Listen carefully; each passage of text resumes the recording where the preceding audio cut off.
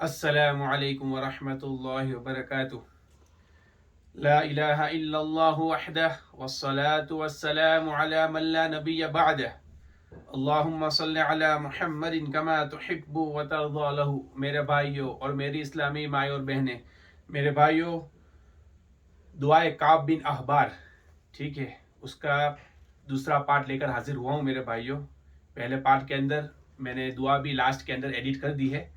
میرے بھائیوں، جادو اور جنات کے لیے بہت ہی زبردست دعا ہے، دشمنوں کے لیے، حاسدین کے لیے، ٹھیک ہے میرے بھائیوں، جو آپ کو نقصان پہنچانا چاہتا ہے اس کے لیے میرے بھائیوں بہت زبردست ہے۔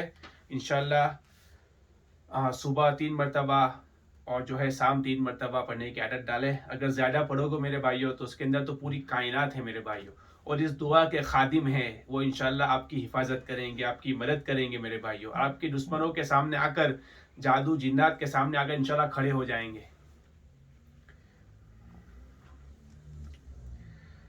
میرے بھائیوں، شیخ الوظائف کی باتیں ہیں، حضرت کا خود کا واقعہ ہے، وہ آپ لوگوں تک میں آپ کو پہنچا رہا ہوں۔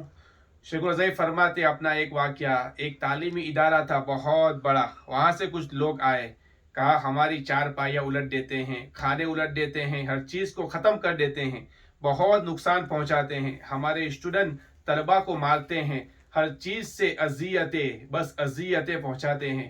میرے پاس آئے، یعنی حکیم صاحب کے پاس، بہت کچھ کر کے دیکھ لیا، کچھ نہیں ہوتا، اب بتائے کیا کرے؟ حکیم صاحب نے کہا میرے پاس تو ایک دعا ہے، دعائے کعب بن احبار رضی اللہ تعالی عنہ، اور اس واقعے میں اس سے طاقتور کوئی چیز نہیں پائی۔ حضرت کعب بن احبار وہ تھے جو یہودی سے مسلمان ہوئے تھے اور پھر ان کے پیچھے جادوگر پڑ گئے تھے۔ فرماتے ہیں رب کعبہ کی قسم، اگر میں یہ دعا نہ پڑھتا تو ایک روایت میں ہے مجھے کتا بنا دیتے اور ایک روایت میں ہے مجھے گدھا بنا دیتے، نعوذ باللہ۔ تو حکیم صاحب نے کہا ان تعلیمی اداروں والوں کو سب کو بٹھا کے نا صبح دوپہر شام یہ دعا پڑھو، اجتماعی پڑھاؤ۔ مسند احمد میں ہے اور بھی حدیث کی کتابوں میں ہے۔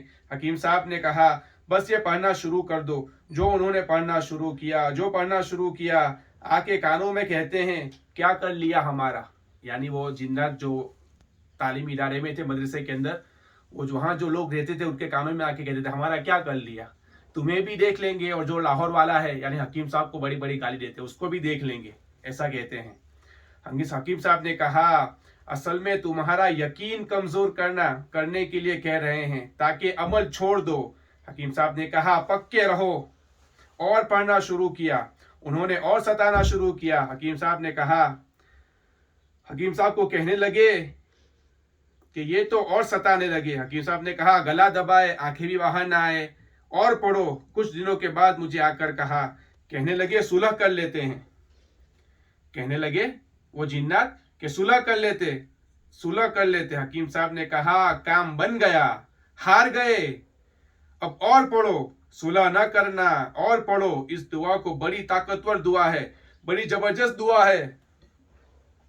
حکیم صاحب اپنا خود واقعہ فرماتے ہیں کہ ایران کی بارڈر کھاران میں حکیم صاحب فرماتے میں جا رہا تھا تو بڑا گنبد تھا، بڑا قبہ تھا، وہاں پانی نہیں، صحرا کی زندگی، کھجور ہی کھجور، وہاں ایک جگہ ٹوٹا ہوا تھا۔ حکیم صاحب نے پوچھا یہ کیا ہے؟ کہنے لگے کوئی میتیں اور مردے ہیں۔ لوگوں نے سمجھا شاید خزانہ ہے تو لوگوں نے اس کو توڑا۔ میں نے کہا کہ میں جا کے دیکھ آؤں؟ حکیم صاحب فرماتے، کہنے لگے کئی لوگ پکڑے گئے اور کئی لوگ واپس نہیں آئے۔ حکیم صاحب نے کہا وہ ایسے ایسے راستے بنے ہوئے تھے چڑھنے کے لیے، میں اوپر چڑھ گیا۔ چڑھنے کے بعد میں نے اندر جھانکا، سخت گرمی تھی اور سورج کی روشنی پڑ رہی تھی، سامنے ہڈیاں کھوپڑیاں سارا ڈھیر لگا ہوا تھا۔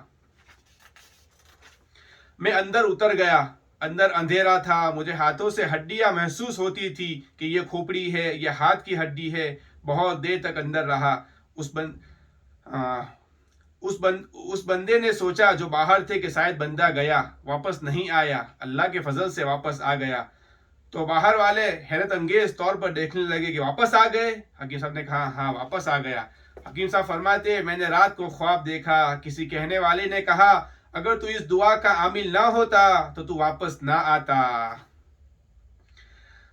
اب وہ کہنے لگے ہم صلح پہ آ جائے۔ حکیم صاحب نے کہا نہ،